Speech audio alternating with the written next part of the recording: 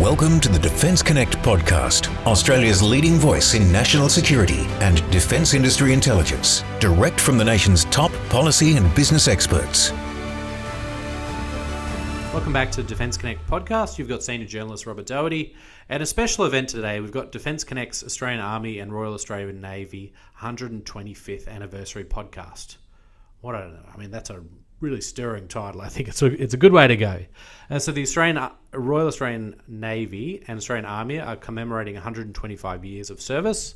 They were originally formed on March 1st, 1901, when the Australian colonial forces amalgamated following Federation.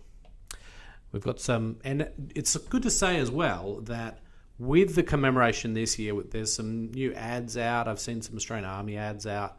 And there's also, I don't know if you guys have seen it, I haven't mentioned the guest yet, but there's also a honorary commander, Russell Crowe, getting around in some of the adverts for the Navy. So with that in mind, we have our guests for the special panel discussion podcast. We've got Jennifer Parker, a defence expert and former Royal Australian Navy officer, an adjunct fellow in naval studies at the University of New South Wales, Canberra, and a non-resident fellow at Lowy Institute, adjunct professor at UWA Defence and Security Institute. We've also got retired Vice Admiral Peter Jones. He's a retired senior Royal Australian Navy officer, surface warfare specialist. He's served with Chief Capability Development Group 2011 to 2014. He's currently a former president of the Australian Naval Institute and an adjunct professor at UNSW Canberra. He's also written 2 books on Australian naval history, including The Australian Argonauts and Guy Griffith's Life and Times of an Australian Admiral. Last but not least, we've got Dr. Richard Dunley, a senior lecturer in history and maritime strategy in the School of Humanities and Social Sciences, UNSW Canberra. Welcome to the podcast, everyone. Thank you. Thanks for having me on. It was a lot to say. We got through there. So we're talking about the 150-year anniversary now, and so I want to start us off with I guess a bit of personal reflection. I'm just gonna jump in there and say we're talking about the 125 year anniversary. You just aged us all by 25 years. Damn. Chuck that one up to scratch that last one. 125 years anniversary. Maybe Jen, we'll put you under the spotlight first. What moment or doctrinal shift have you seen in today's Army and Navy that has been the most impactful you've seen, across the period of time that we're talking about?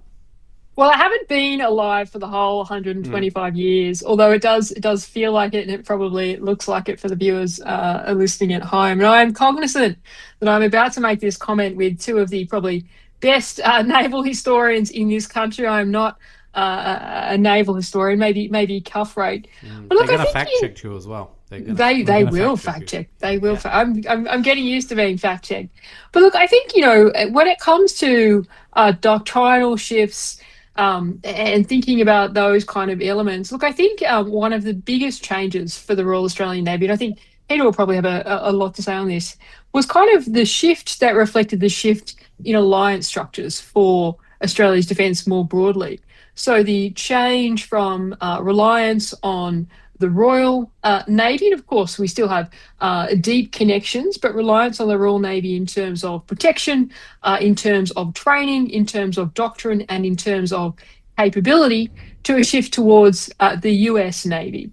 Now that shift was not a specific moment in time necessarily. Of course, we saw that pivot from the UK following the fall of Singapore towards the US. But I think this shift has even been more gradual than that over time, as we have increased acquisition and I would say largely dependence now on US capabilities. And even in recent times, I've seen even more of a shift, changing of the names of people's qualifications or the things on board ships. For those listening, I just learnt that Jupiter State, which is the control of communications on board a ship, has now been renamed as River City State, which is the way the US term that. So I think that has been the biggest shift. There were some key moments in history that prompted that, but I think it has been gradual, and I think it's something that actually there's more of an emphasis on now as we look towards AUKUS and becoming more common with the US than we'd necessarily done before. How did I go, Richard and Peter? Do you disagree? Did I get my history wrong? Let's have some rebuttal there. Maybe go to Richard first on that one. I guess I would kind of go bigger picture to start with and say that actually, in many ways, not a lot has changed. I mean, when we think about what the Royal Australian Navy is there to do, and the kind of the sort of broad strategic outlook, the geography, which in many ways shapes a lot of that broad strategic outlook, actually less has changed often than we always like to focus on the minutiae of the ever-changing kind of bits of technology and kind of the immediate focus. But actually, if you take a step back and you think, well, what is the Royal Australian Navy there to do? What are its key kind of roles and functions? I think actually a lot remains the same. And I wrote a piece only recently trying to talk about how AUKUS submarines are in many ways designed to do broadly similar kind of things to HMAS Australia, the first Royal Australian Navy and so far only Royal Australian Navy capital ship, the battle cruiser that was the kind of the symbol of the early Royal Australian Navy, and how actually HMAS Australia was very successful in those roles during the First World War.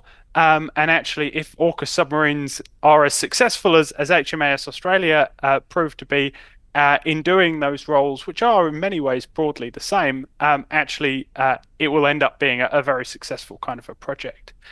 So I think we can often focus too much on the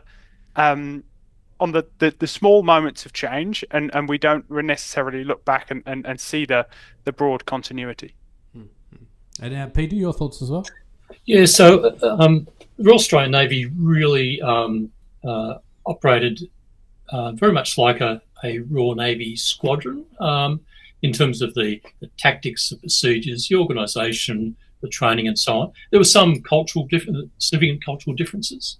The Navy was much more egalitarian than particularly in the officer corps compared to the Royal Navy. But in the Battle of Coral Sea, and then the early Guadalcanal campaign with the Battle of Savo Island, we operated with the Americans, and in fact our squadron had American ships in it, and we tried to have them operate like we did at the time in British procedures. And after the defeat at Savo, there was a realisation that the Australian squadron actually had to change.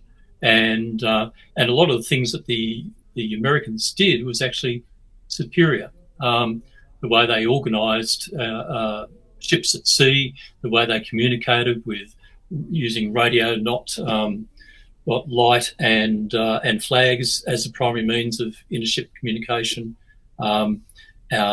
underway replenishment, all those sort of things. We changed. We even started to use American ammunition. So that was probably the biggest single moment for doctrinal change. And so by 1944-45, we were a very integrated part into the US 7th Fleet. I think the other part going post-war was really the development of NATO and NATO procedures. And they became, if you like, for NATO and associated countries like Australia, the basis upon which you would operate and have as a doctrine. And that provided, if you like, a baseline to how we could operate with the American Navy.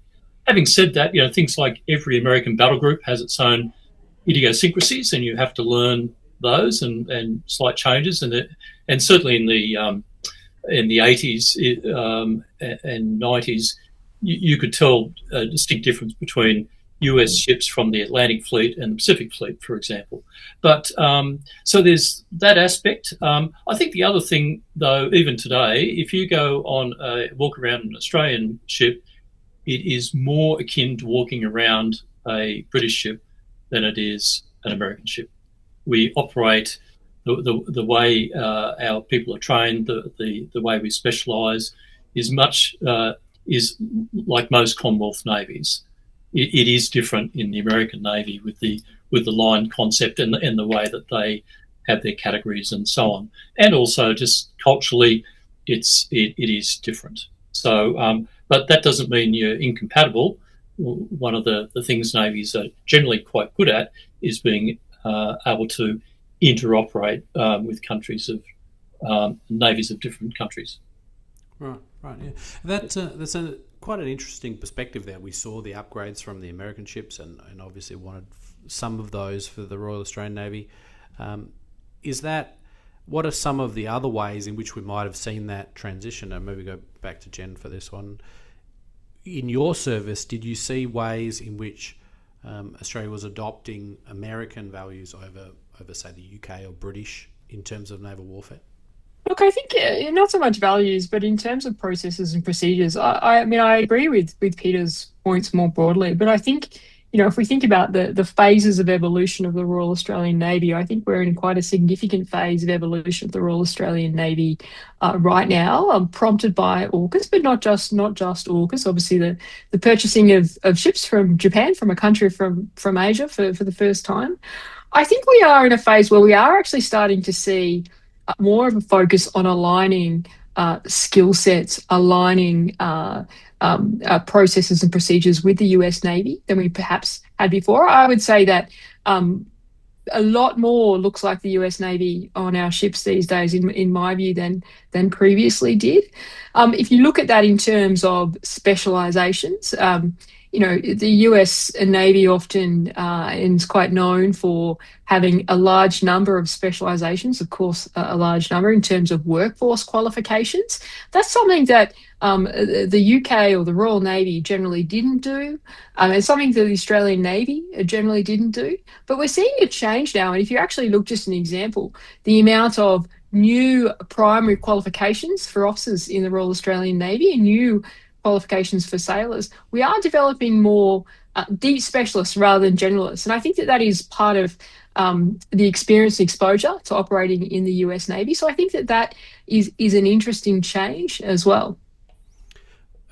We'll just go to Richard here as well. One thing I picked up on there, you were talking about, I guess, the history progression.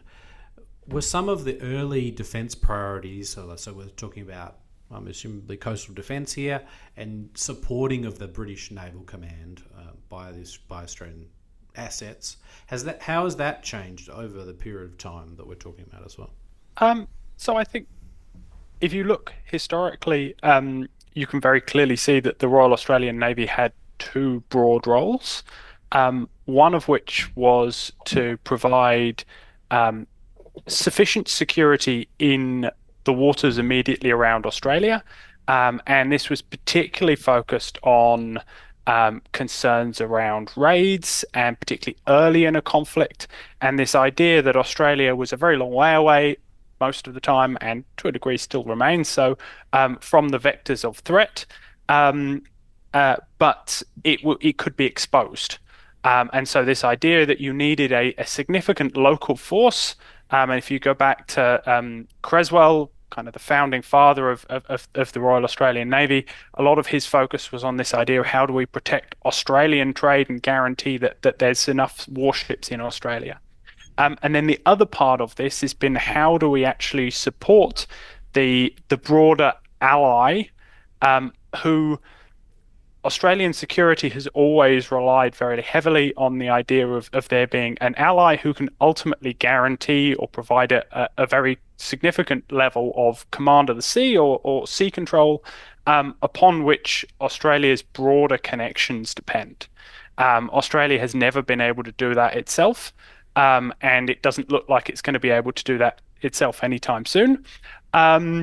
And so there's always been this element of sort of two roles within Australian kind of, I guess, how the Royal Australian Navy views its broad functions.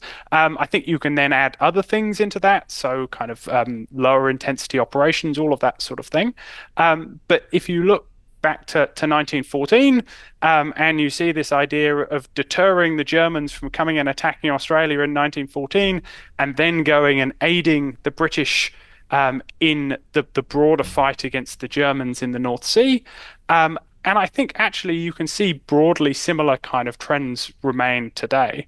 The Royal Australian Navy needs to be able to provide sufficient security in the waters around Australia to be able to get trade in and things like this. But at the same time, the RAN is still very much focused on being a part of a broader US-led coalition in the event of a major conflict. So I think in many ways those big picture themes have endured and don't look likely to change anytime soon. Okay. And Peter, your thoughts as well? I mean, previously we've seen historically that there were raids around the Australian sort of, peninsula zone. We saw Cormorant and HMAS Sydney, that altercation. Are your thoughts that the early defence priorities of coastal defence and supporting another larger ally will continue, or they'll change over time? I think it's a bit more complex than that. So we in the colonial navies, where a number of states had their own navies, that was demonstrably coastal defence, and a lot of it was centred around. A lot of the work was around fortifying and protecting ports like Melbourne and so on. So, when the colonial navies were all then 125 years ago put into a federated force, the Commonwealth Naval Force, so it was an amalgam of those. But as Richard was saying, Creswell, his vision was you would have a destroyer flotilla running out of the 5 major cities around Australia. But there was always a view in the early Commonwealth governments that it was more than just coastal defence. So Deakin, for example, his big thing was that in 1905 we were paying about £200,000 a year to the UK government to help fund the presence of the British cruiser squadron on the Australia Station. And he said at the time that no Commonwealth patriotism is aroused while we merely supply funds that disappear in the general expenditure of the Admiralty. And he invited the US Great White Fleet in 1908 to try and help arouse that feeling that Australia really should have its own fleet. And the Defence Minister, Henry Pearce, in 1908, he sort of captures this thing about these two threats. He said that we believe we can, by building a local navy, render the best assistance to the empire interests everywhere. So it's what Richard's talking about. It's the maritime campaign is global. So you've got to be able to contribute certainly to your local waters defence, but you've got to be able to contribute to that bigger force. And so when in 1909 at the Imperial Conference, that the British and Admiral Jackie Fisher was the originator of this, where he said what you need is a fleet unit of a battle cruiser and a clutch of destroyers and cruisers and maybe a couple of submarines, and you have them stationed around the globe, and they help protect trade. And if things turn to custard, the battle fleet will come from UK. Australia's was the first fleet unit and in fact, before World War I, it was the only one that was realised. So HMS Australia and the cruisers, Sydney and Melbourne and the other ships. So that was a fleet unit which was going to protect the imperial British maritime trade, including our trade, because we were in that trading ecosystem.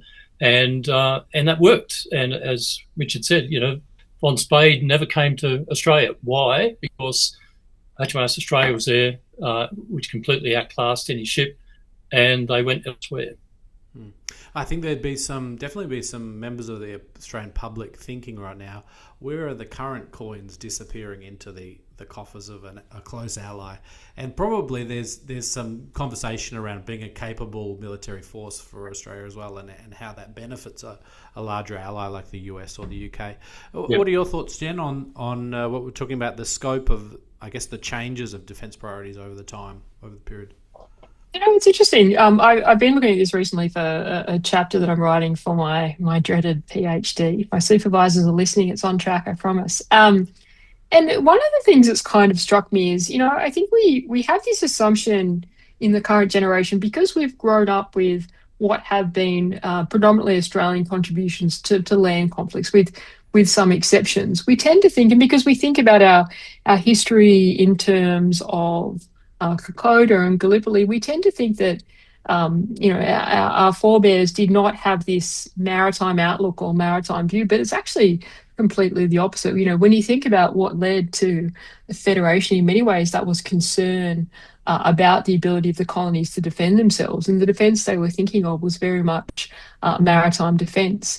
And Peter just stepped through some of those key hallmarks where Deakin, who was one of our most significant advocates for a Royal Australian Navy, was hot on this point. But there are many other thinkers around the time that really did recognise that Australia's maritime dependence was its key vulnerability.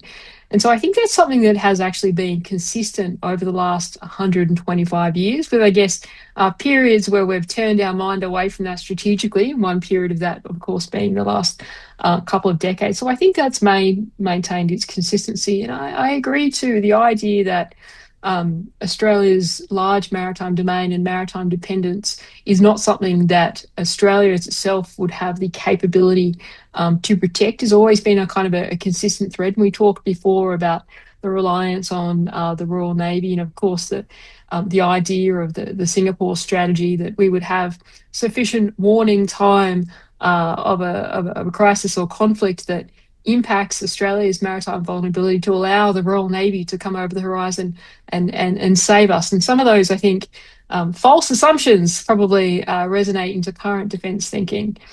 I think the idea as well that the Royal Australian Navy needed to have a broad range of capabilities, in some ways a Swiss Army knife concept, has been something that has also resonated through our 125 years. And Peter will talk to this, I think, probably in more detail if we get to it. But, the idea of the fleet unit, which Peter talked about before, that was very much based on a balanced force. And often we get into this discussion, and I know Richard's got some views on this as well right now, where we talk about our defence strategy, our National Defence Strategy 2024 talks about a focused force.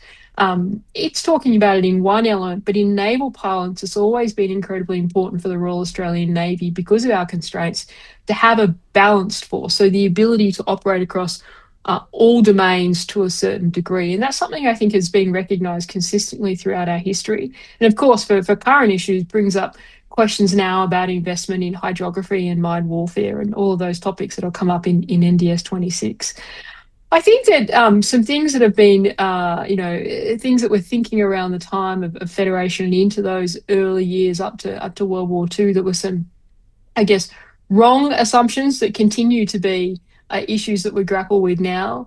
The idea that a great and powerful friend would always come over the horizon to save us. Now, of course, there are those constraints and that recognition of the need for a coalition. But we learned some lessons about that, of course, during World War II, and I think that's something that we are debating heavily now. I think also one of the, I guess, assumptions over the last 125 years that kind of was around that early thinking that is also proven wrong, and something that we constantly have to debate and discuss, is this belief that our geography is our saviour. The water surrounding us, our vast maritime domain, the time it takes to reach Australia, affords us significant protection.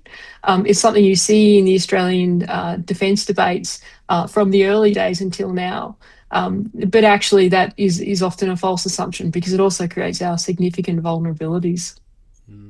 Self-imposed vulnerabilities. I suspect sometimes with that, I guess we're further enough away from trouble, and I think it still persists today. Just going back to one thing you did say there, the Swiss Army knife approach for the Royal Australian Navy, how does that work over time when we think about joint operations between, let's say, Army units and Navy?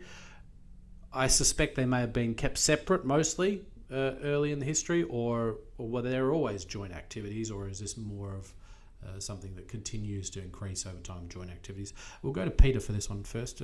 Peter, your thoughts on the joint activity side? So my read on it is that we started off joint. So the first military operation or naval operation we did was in Rabaul, 1914, and it was an Army-Navy activity. And at different times through our shared defence history, the forces have interacted and have had to operate. Like in the interwar period and in World War II, Air Force operated the aircraft on the ships. Tobruk Ferry Run, there was Navy and Army in the Dardanelles campaign, to varying and different levels of integration. So if you read about the work of our amphibious ships in World War II, they had to be able to doctrinally operate with Australian Army, US Marine Corps, and US Army, all with slightly different doctrines, but they just had to be able to be interchangeable with all that. I think one of the other bits probably worth mentioning just before we leave those early years is the fact that Navy, the armed forces were seen as a symbol of the colony states coming together. So Deakin talks about the fact that he saw the creation of a navy as part of that nation building thing, and it sort of reminds me of Admiral Tirpitz, who was the father of the German Navy.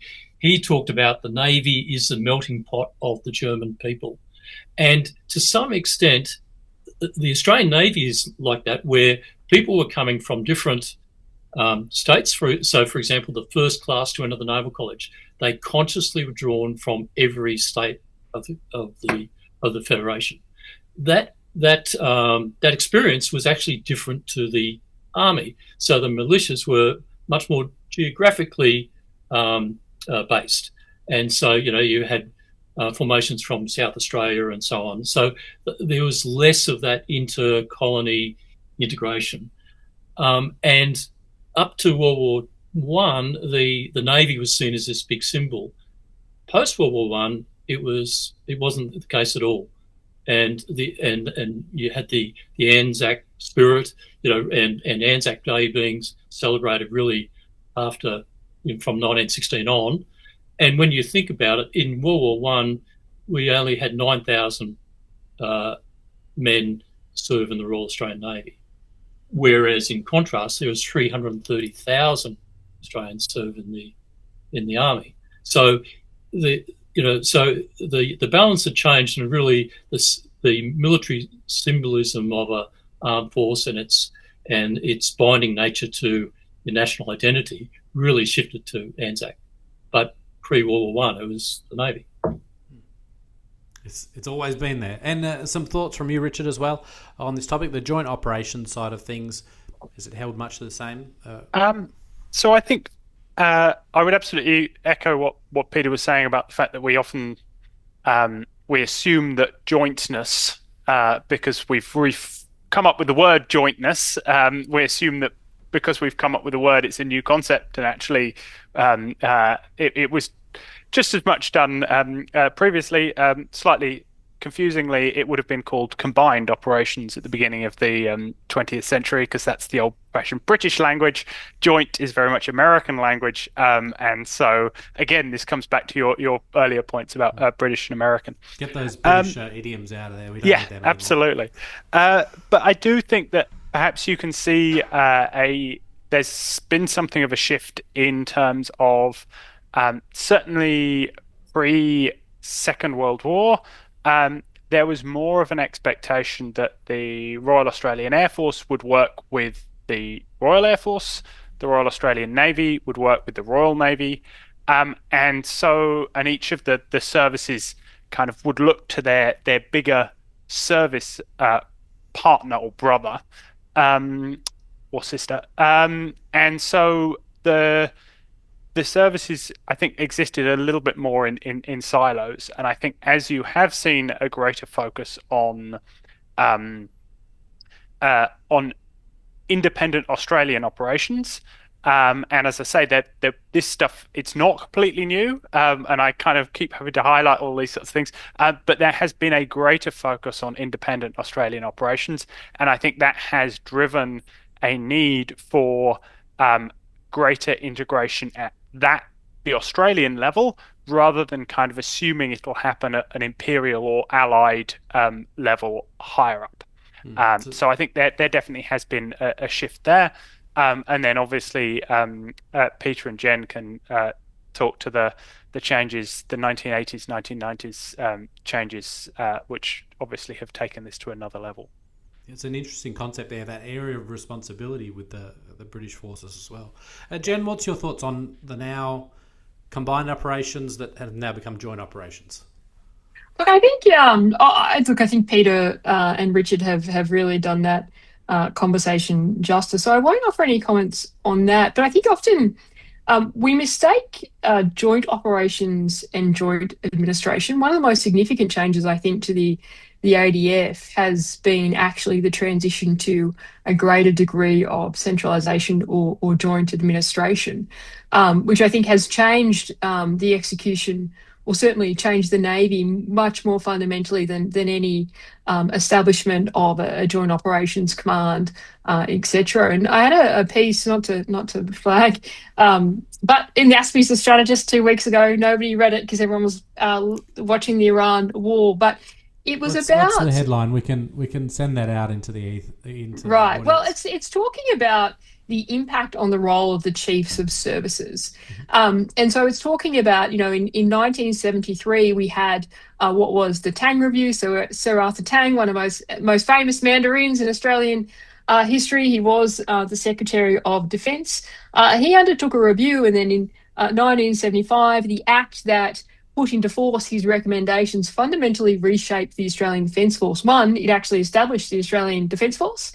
But two, it started a trend of reducing the influence of the chiefs of services over not just operations, but over capability acquisition, over workforce control. And so we've seen this as a gradual trend. And I would say that this is a trend that has continued post the Defence Strategic Review, with the establishment of the military personnel branch, centralising personnel, and a few other things. So I think that whilst joint operations has always been a practicality of executing operations, to be honest, joint administration and the centralisation of administration and reduction of the influence of the services over some of those elements, whether it be people or capability, has probably been one of the most significant changes to the Royal Australian Navy in its history. And that really has, when I wrote the article, someone said, no, actually, this starts in the 40s. I wasn't going to debate them. But I think that the key headmark or the key change is really the Tang Review and the establishment of the Australian Defence Force that starts that journey. On that note, we'll go to a quick break, and when we come back, we'll be talking about identity and public perceptions. Welcome back to Defence Connect podcast. This is the 125th anniversary of the Australian Army and Royal Australian Navy podcast. We've got our team of experts here, and we're talking about some of the identity and public perception that may have changed along the time. We'll go straight out with a question about leadership, workforce expectations and military culture. How has that evolved over time, and what challenges do we see sort of going ahead for that one? We'll go to Richard for this one first, if you'd like. I'm probably the least qualified person to talk on this particular one. I think you have seen definite changes in kind of military culture, and many of them are very much for the better. Obviously, we've seen dramatic expansion in the people who are eligible to serve in the Australian military, both in terms of gender and in terms of other things like race and sexuality and a whole host of other things that go along with that. And we're seeing continued development and I guess also challenges around questions of leadership. And I don't need to point out to recent examples of challenges, not so much in the RAN, although there have been those, but in other services, particularly obviously in Army. And so leadership remains kind of a significant kind of challenge. I guess the point which I wanted to kind of flag also with this question was a kind of a broader point about the evolution of expectations and challenges. And that is one around the idea of how the public and particularly the government perceives ideas of kind of national security. And I think one of the most significant challenges is the way in which national security has increasingly become pigeonholed as a defense thing, and something that defense alone has to try and manage. And I think one of the greatest challenges that we face going forward is actually trying to relearn the lessons of the 20th century around kind of the need for a much more holistic idea of these ideas of things like workforce, leadership, and the notion that we have these services which are kind of set off and will do all of our national security needs perfectly on their own, I think is simply unrealistic. And so I think we need a much broader kind of conversation. But I was hoping to jump in on the back of Jen and Peter on this one. Oh, we put you under the spotlight early. Absolutely. And surprise, surprise, national security, it is national. Well, there you go. We'll go across to Jen for this as well. What's your thoughts on some of the leadership, workforce expectations, and military culture evolution that's happening, and some of the challenges ahead? Yeah, look. I think the Royal Australian Navy fundamentally looks very different to what it looked like 125 years ago, and whether we're talking about gender, whether we're talking about cultural backgrounds, whether we're talking about the length of time people spend in service and how they think about careers, I think all of those things have very much fundamentally changed. I think one of the challenges when we think about culture, and I'm going to sound like an old person now, I guess I am. There was more brown khaki pants as well, I recall. Yeah. Just a lot of them. Yeah, anyway, yes, but when we think about kind of culture, we often think that the next generation has it easier, or they don't know how to deal with things or whatever. I think one of the biggest challenges for the Australian Defence Force and for the Royal Australian Navy is how do you generate a culture that is capable of incorporating all of those fundamental changes that have occurred in the last 25 years that have made it a much better and much more accessible force, whilst also refocusing on operations and on the prospect of warfighting. And I think this is going to be one of the most significant cultural challenges that the Navy and the broader ADF will force, is how do you keep all of those good wins and not revert back to cultural traits that weren't positive, whether that be discriminatory, whether that be poor leadership traits, but also focus the Navy. And Navies, and Peter and Richard can talk to this, but there's a lot of literature on how peacetime Navies fundamentally change their culture, become over-bureaucratic, and have to snap back in the event of a crisis or conflict. And so I think that is something that it requires kind of deep thinking about how do we prepare for what is ahead, and cognizant that we are recording this now as there's another conflict in the Middle East, conflict in Europe, and continued aggression in our region. How do we keep those fantastic cultural gains? 125 years ago, I would not be allowed to be here speaking about these things because I would not have had the career that I've had. But also focus the military on the hardships that it is likely to focus in the future. So I think that is a key challenge. I'll just make a point too on how we've historically viewed the Australian Defence Force, and fundamentally agree with Richard's point that, I think that the naming of the National Defence Strategy is unhelpful, because there becomes an assumption that national defence or national security more broadly is the role of the Department of Defence. It is a much broader role, but also how we think about even what the Australian Defence Force look like in its relationship with community. And I think this is a question about, the reserve structure. We've become so reliant on the idea of a standing force that will solve all of our problems. We've forgotten that actually during periods of conflict and crisis, it was the reserves that we relied on to do a lot of the home defence roles, whether that be, things around port protection, or whether that be elements around, teams on merchant shipping, protecting them, etc. And we've fundamentally restructured our reserves, certainly for Navy, and for Army, but to a lesser degree since World War II.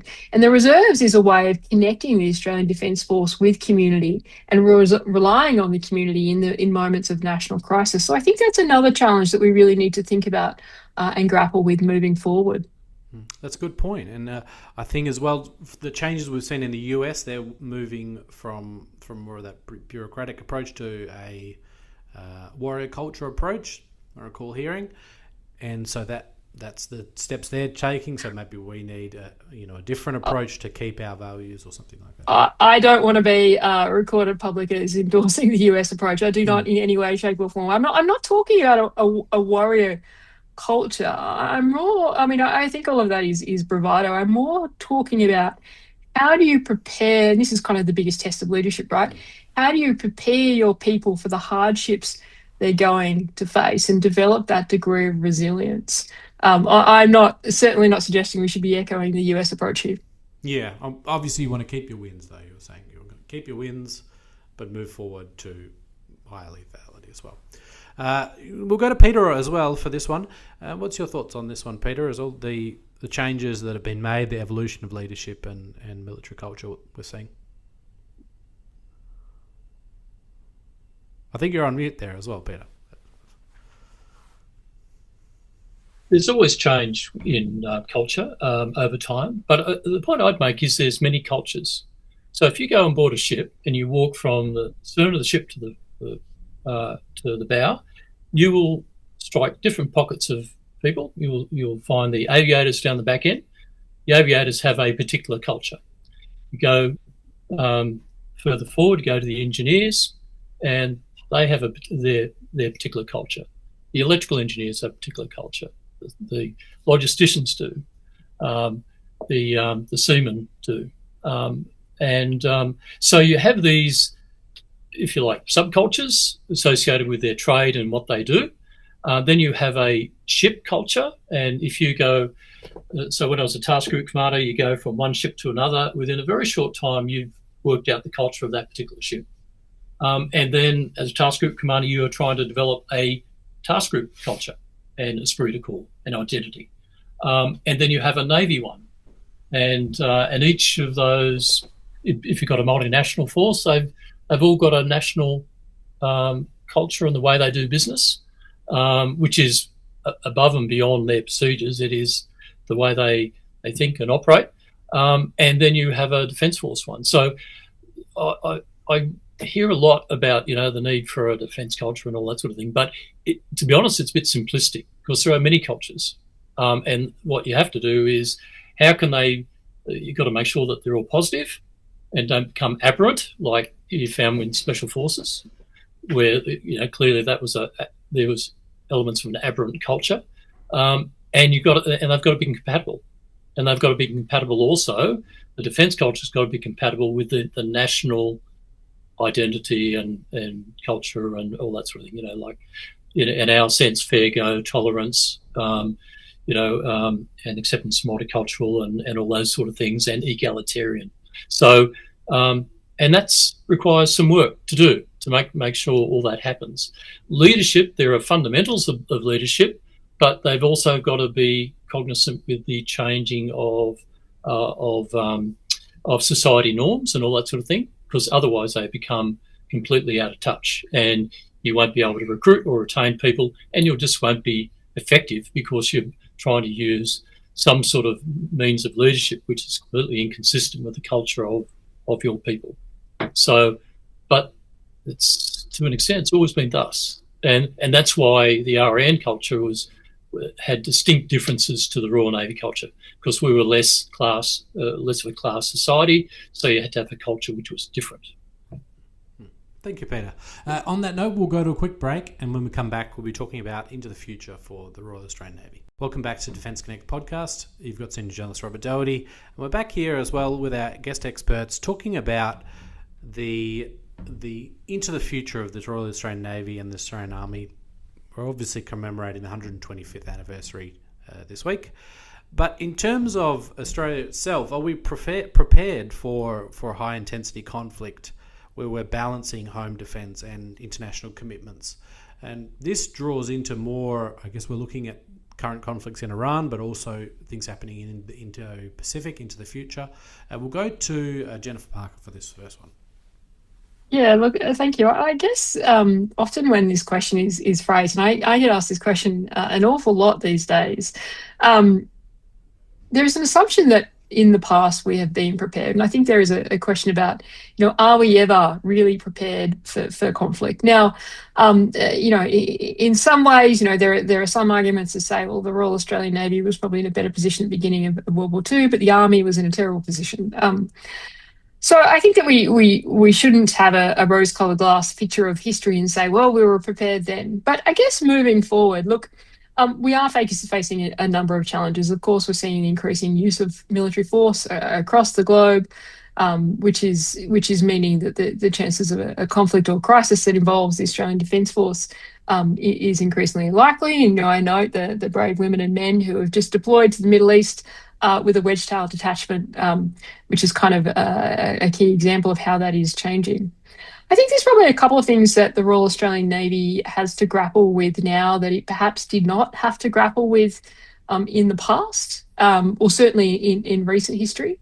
I think one, we've spoken a lot about the early days dependence on the Royal Navy and where that came undone in terms of the reliance on the Singapore strategy up until kind of World War II, and then the focus on the reliance on the US.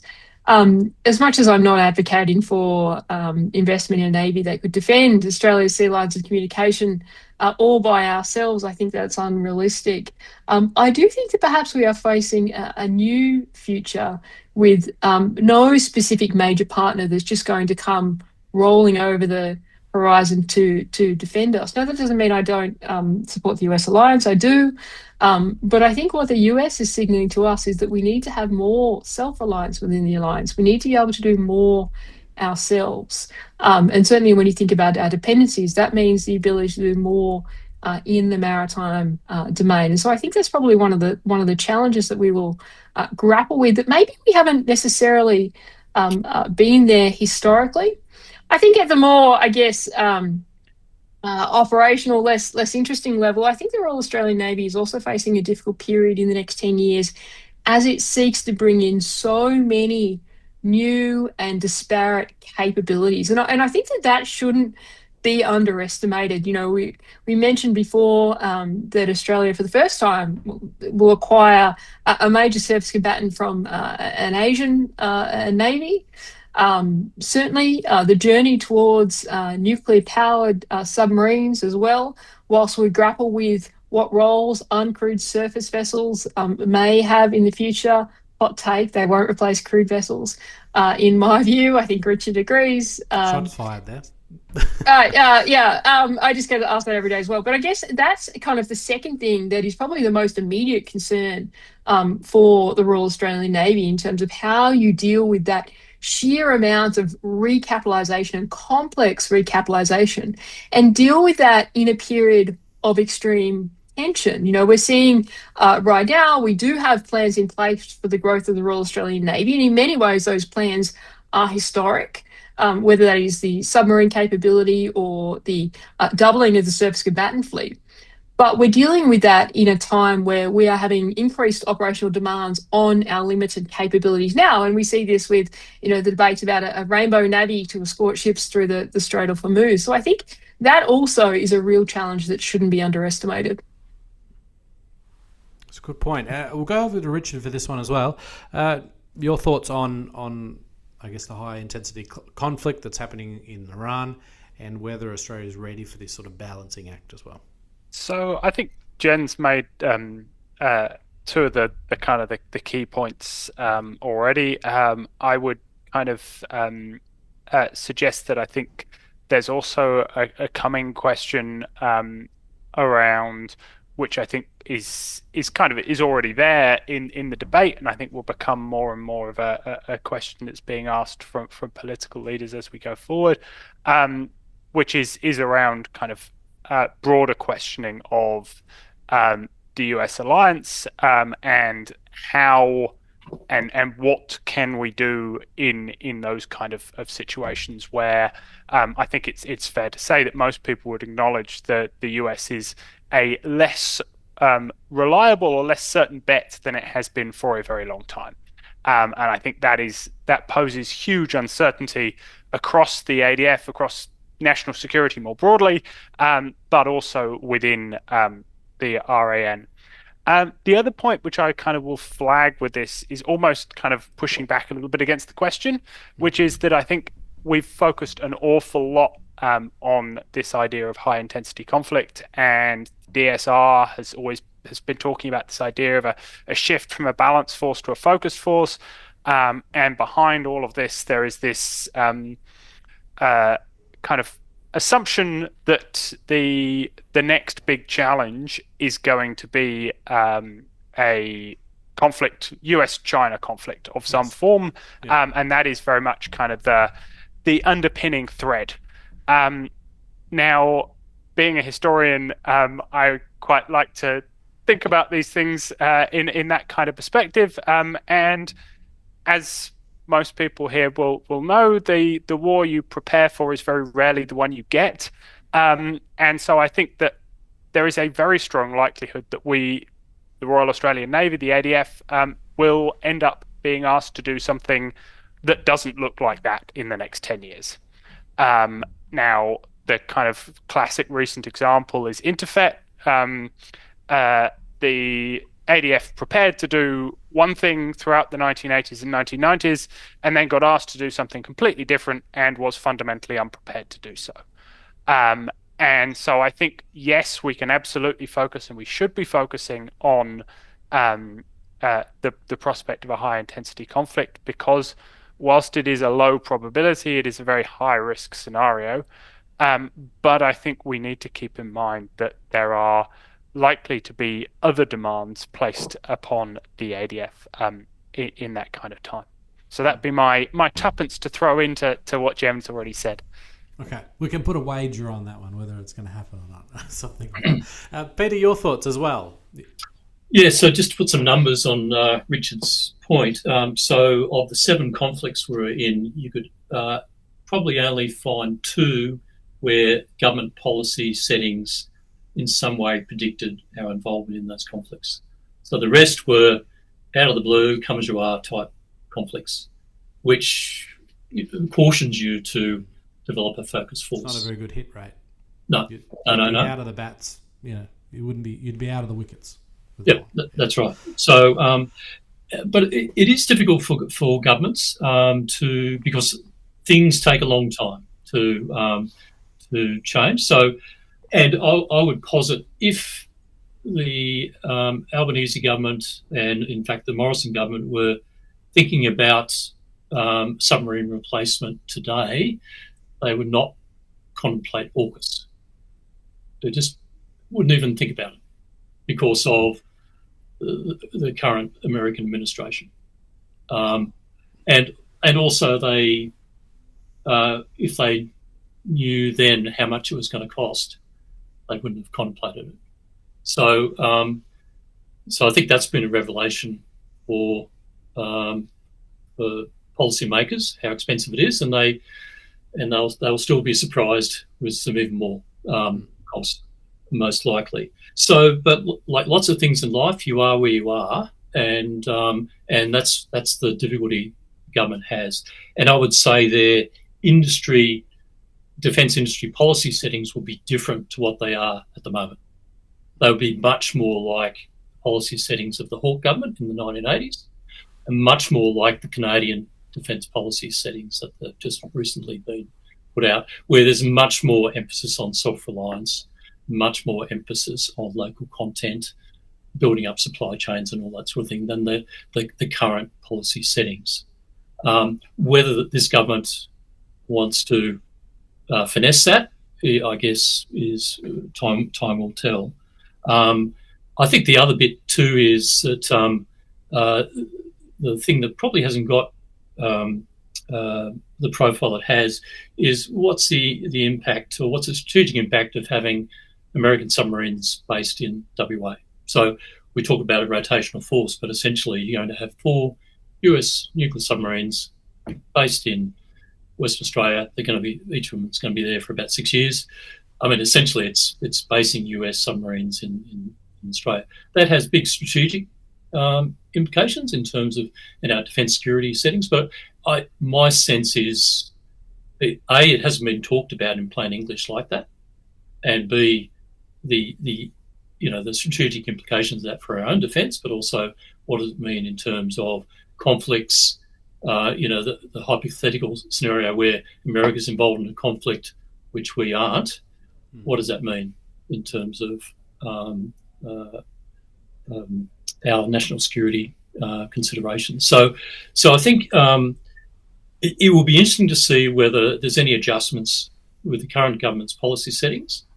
But it's a real difficulty, and it's the nature of defence. Everything takes a long time to put in place and to settle. But clearly, if you're doing it today, you wouldn't have the policy settings you put in place. It's a big call, and I know in the interest of time, we're sort of wrapping up here. We'll just go around with a quick last final comment from each of the guests on the anniversary. I know, Peter, you were talking about there, the very finer details of the AUKUS alliance. There's obviously Pillar 1, the station of submarines. There's Pillar 2, and the export sharing and the technological sharing there. We'll just go for a final comment round to the experts. We'll start off with Richard in the bottom left for me there. What's your final comments on the anniversary? I think that the Royal Australian Navy has proved to be an incredibly useful tool of statecraft and, when necessary, conflict for Australian governments over the past 125 years. And I suspect it will remain so going forward. It is clearly facing significant challenges, as Jen has just pointed out, particularly in terms of the recapitalisation and introduction of a range of new technologies at a very trying time. But I think that we can have pretty strong faith that the Royal Australian Navy, will remain a very important tool of government, and that it will continue to provide government with a range of options that nothing else can. Perfect. Peter, your thoughts as well? Final thoughts on the anniversary? Yeah, well, I think both the Australian Army and the Australian Navy, both have got a well of goodwill by the Australian public. The Australian public are proud of their achievements. They feel as if they are, represent Australian values and have performed with distinction over many, many decades. And not every country has that relationship, that positive relationship between the armed forces and their society. So I think that's something that we can be proud of as a nation. And Jennifer, your thoughts as well? Final thoughts. You can give a shout out to ex-crewmates and there's too many, and my memory is too terrible. But what I would say is, 125 years. I think the Royal Australian Navy and all of those who have served in the Royal Australian Navy can be very proud of what it has achieved and how far it has come. I think that his 125th birthday, and I'm not sure when this podcast is coming out. There's going to be a lot of ships in Sydney Harbour. Yes, next. Yeah, I think we're going to miss it, but we'll try. All right. Well, there will have been a lot of ships in Sydney Harbour. Look, I think this is another opportunity to remind the country of how critical maritime trade, the maritime domain is to Australia's security, how critical the Australian Navy is to Australia's security. I think it's something that is often underestimated. Every day I hear debates about the fact that all we really need to do is buy a bunch of uncrewed surface vessels, uncrewed aerial vehicles and missiles and defend the continent, will be okay. And so I think that reflecting on 125 years of the Royal Australian Navy and what's achieved is also an opportunity to remind the country and policymakers and the odd defence commentator how important the Royal Australian Navy is to our security and will be to our security moving forward. Perfect. Good way to wrap up. Thank you everyone for coming on the podcast, and that has been